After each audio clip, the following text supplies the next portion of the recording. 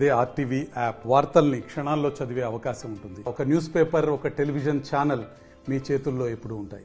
So బాణుడు ప్రతాపం చూపుతున్నాడు. రోజు రోజుకు పెరుగుతున్నటువంటి ఎండలు ఏప్రిల్ మొదటి వారంలోనే 40 డిగ్రీల పైన దాటిపోయింది. గతంలో లేని విధంగా ఇటు అత్యధికంగా ఉష్ణోగ్రతలు పెరిగాయి. ఉమ్మడి కరీంనగర్ జిల్లా వ్యాప్తంగా, తెలంగాణ వ్యాప్తంగా కూడా ఇలాగనే ఉంటుందని హెచ్చరికలు జారీ చేస్తున్నారు.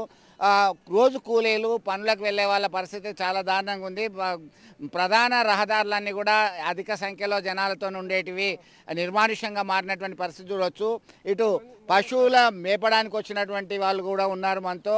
వీళ్ళ పరిస్థితి ఏంది, ఎట్లా ఉంది? ఎండ బాగుంది కదా. ఏం పేరు? లక్ష్మారెడ్డి సార్, పెండ్యాల. మరి ఎట్లా వశపడుతుందా దీంతో? ఏం చేస్తాం సార్, మరి కష్టం వచ్చినప్పుడు ఎలా తీసుకోవాలి కదా. ఏం చేద్దాం? తినొచ్చినవా? తినలేదు సార్, ఇంకా ఇప్పుడు పోయి తింటాం. ఎందుకంటే సొమ్మసిలిపోయే ప్రమాదం ఉన్నది. వడదెబ్బకి మొత్తం చెమట పోతుంది, డిహైడ్రేషన్ అవుతుంది, నీళ్ళ బాటిల్. మరి ఏం చేస్తాం? కష్టం వచ్చినప్పుడు ఎలా పోసుకోవాలి? ఇట్లాంటి ఎండలు ఎన్ని రోజులు నువ్వు చూడక సార్, ఇటువంటి ఎండలు చూడలే, ఇటువంటి ప్రభుత్వాలు కూడా చూడలే మనం. అంతే. ఏమైంది ప్రభుత్వానికి? ఏమున్నా సార్ చెప్తున్నావు, అన్నీ నీళ్లు లేవు.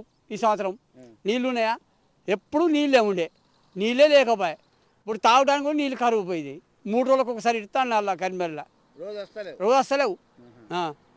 ఏం చేస్తాం సార్? మరి కనీసం నెత్తికి ఇంత తలకి పంచగట్టి చేతిలో సార్, ఎట్లా అయితే ఎట్లా మా బతికేకి ఇంత మంది పోతారు ఈ పశువులు కాయడానికి? మేము ఎవరి రాలే అంటే కూలీల పరిస్థితి దారుణంగా ఉంది కదా. దొరకరు సార్, ఇక్కడ దొరకరు. శాస్త్రీయ మందం చేసుకుంటేనే బతుకు, లేకపోతే గంతే.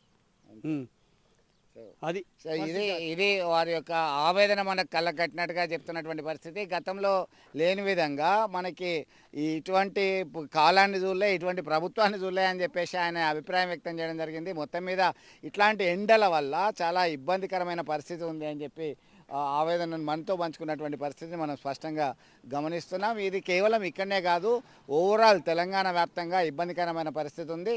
ఉపాధి హామీ కూలీలు సైతం ఇట్లాంటి ఇబ్బందులు ఎదుర్కొంటున్నటువంటి పరిస్థితి. దానికి సంబంధించి ఓఆర్ఎస్ ప్యాకెట్లు తరచూ మంచినీళ్ళు తాగుతూ ఉపశమనం పొందాల్సినటువంటి అవసరం ఉంది. డిహైడ్రేషన్ కాకుండా తగిన జాగ్రత్తలు తీసుకోవాలని చెప్పేసి ఇటు అధికారులు హెచ్చరికలు జారీ చేస్తున్నారు. మనల్ని మనం ఎండ నుంచి కాపాడుకొని వెళ్ళదీయాల్సిందే, అవసరం ఉంటే తప్ప బయటకు రావద్దని చెప్పేసి ఇప్పుడే అధికారులు, మంత్రులు, రాజకీయ నాయకులు సైతం సూచించడం జరిగింది. కానీ రోజు బయటకు వస్తేనే పూట గడిచేటువంటి పరిస్థితి చాలామందికి పరిస్థితి ఉంది.